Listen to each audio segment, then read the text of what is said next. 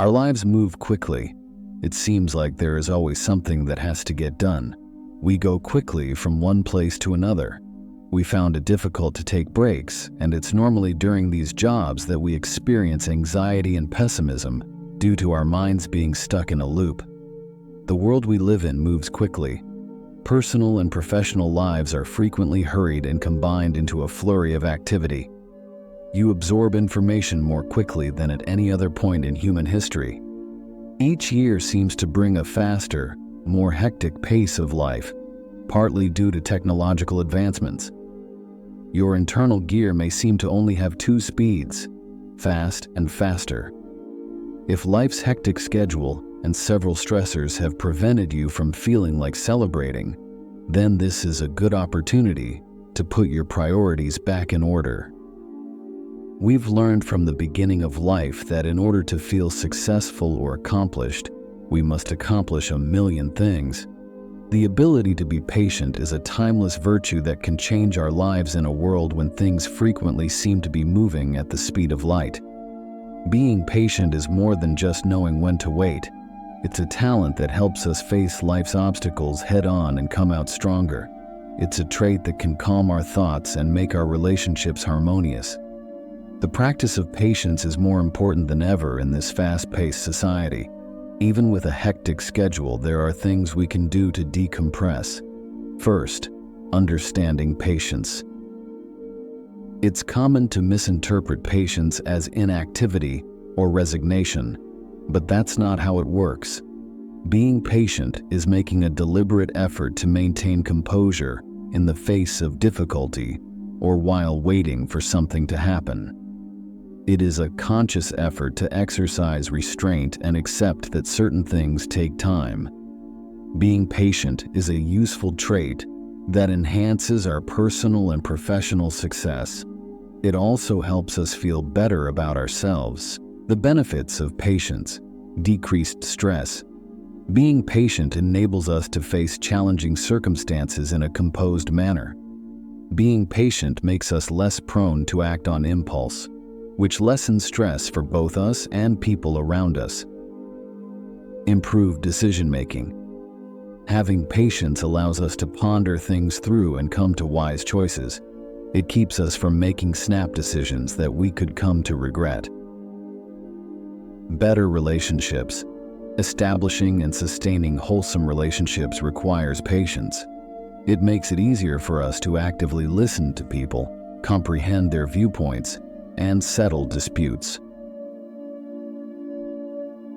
Personal development. Being patient promotes personal development. It instills in us the values of diligence, tenacity, and persistence.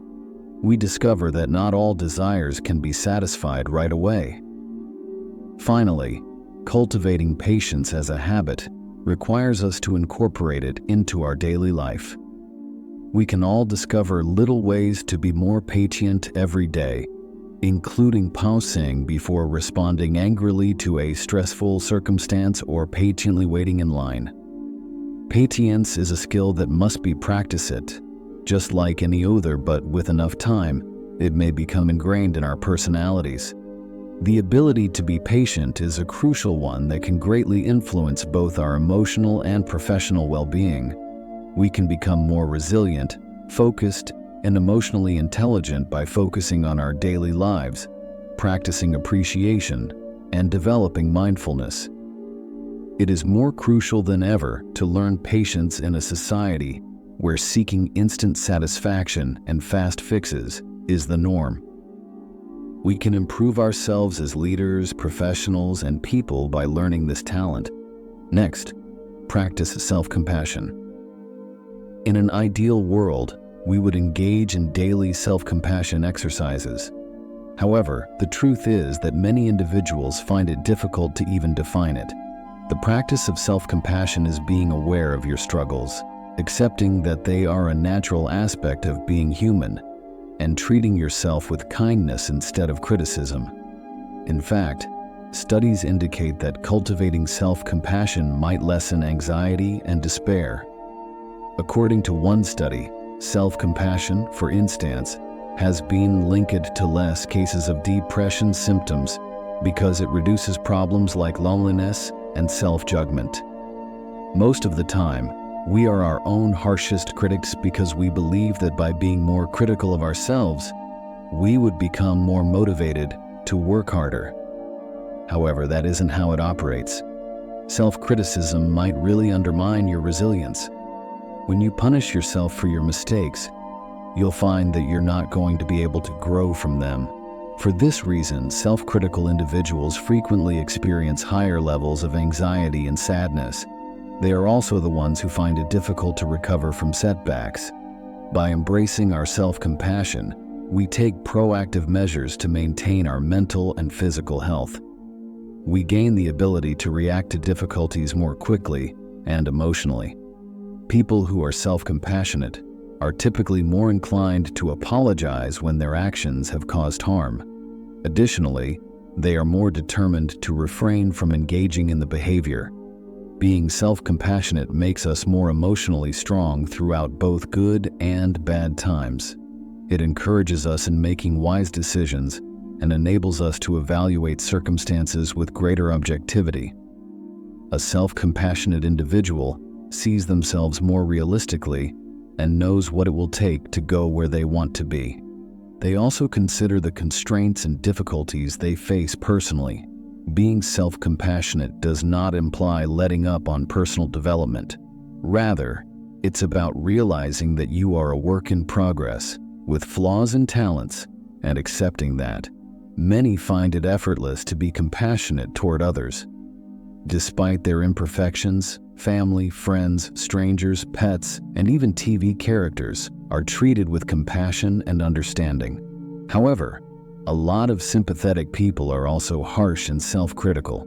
They hold themselves to a level of expectation that they would never place on others. They find it difficult to be self-compassionate. Mindfulness is a great tool that can help us deal with this. Being mindful entails stepping back from your feelings and ideas and observing them with objectivity. You perceive other people's emotions and thoughts in this way, remotely and logically. By putting some distance between yourself and your ideas and emotions, you can reduce their power over you. Apart from fostering emotional detachment, practicing mindfulness can assist you in learning to accept your emotions. It's normal to believe that one shouldn't be upset or depressed. You may accept your feelings with mindfulness without trying to alter them. "That's not right to be angry" turns into "I am angry and that's okay." By fostering perspective and acceptance of your ideas and feelings, mindfulness cultivates self-compassion. By doing this, you may stop letting your emotions rule your life and take charge of it. You can also practice other self-compassionate habits with mindfulness, such as identifying when you are judging yourself, not attending to your needs, or not accepting that your challenges are normal. All other things get simpler when you learn to look at your experiences with awareness. You get a clearer picture of things when you stand back. Third step, connect with people. We can get so busy with our daily activities that we forget about the connections in our lives. When was the last time you had a meaningful relationship with someone? You become lonely when you don't have any connections in your life. You may not be aware of this now, but one day you'll understand that you are, which is why it has been making you feel anxious and other bad feelings. Stress and a lack of mental calmness can exacerbate feelings of loneliness, which can be detrimental to your health and mind. Making healthy connections with other people is one of humankind's most basic wants.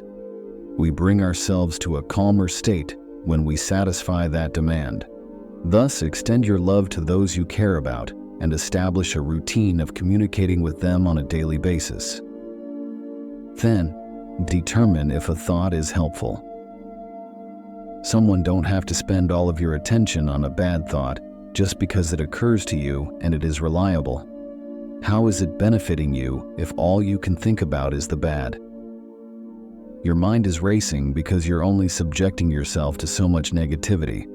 Problems like low self-esteem, stress, sadness, and social anxiety can all be exacerbated by negative thinking.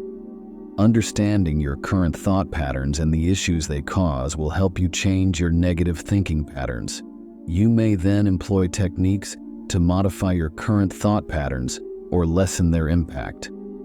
Thus, try to see whether it helps when a negative thought occurs to you that you believe could cause worry or other unpleasant emotions. Get it out of your thoughts if it cannot be. Get your body moving. When we worry, we are not taking concrete action to address the problem, which means that it will remain unresolved. In reality, what we're doing is increasing our level of anxiety. We can move around or engage in a different activity or work to break our mind out of a loop. Therefore, the next time we consider it, we are more logical and have possible ways to get rid of it from our lives. And finally, show compassion for others. Our heart rate lowers and our general well-being rises when we show compassion for others. It may aid in mental relaxation. Additionally, it can shield us from the bad things we come into contact with every day. Having a peaceful mind is something we should always remember. It is obviously hard to avoid unpleasant situations. Instead, we ought to make time for interpersonal relationships, engage in self-compassion, and demonstrate our concern for others. Even though we won't always be content, we can maintain our composure when necessary. Keep in mind that you don't have to take over the globe right now. Breathe deeply, go slowly, and pay attention to your inner wisdom. Your inner sanctuary has to be nourished, even though the outside world may be racing. Connect with the people that are really important, be kind to yourself, and exercise patience. These are the real foundational elements of a happy and peaceful existence. But before I let you go, I want to invite you to join me on this journey. Subscribe to this channel, share your experiences, and let's learn and grow together. Remember, a calm mind is a powerful mind, and together we can create a ripple effect of peace in this fast-paced world. So, click that subscribe button, hit the notification bell, and let's walk this path of mindful living, one calming breath at a time. Until next time, be present, be kind, and be well.